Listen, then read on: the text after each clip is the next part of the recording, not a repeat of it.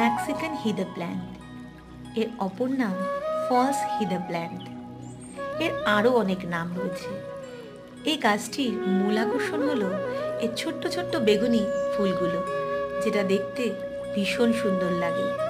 গাছটি ঝোপাল হয় এবং এই গাছটি ইনডোর প্ল্যান্ট নয়, তাই এটিকে ঘরে রাখা একেবারেই যাবে না। মাটি হিসেবে বলবো এই গাছটি ওয়েল ড্রেন এবং অ্যাসিডিক সয়েল পছন্দ করে। এই গাছটিকে শীতকালে খুব বুঝে বুঝে জল দিতে হবে, আর গরমকালে প্রতিদিনই এই গাছটিকে জল দিতে হবে।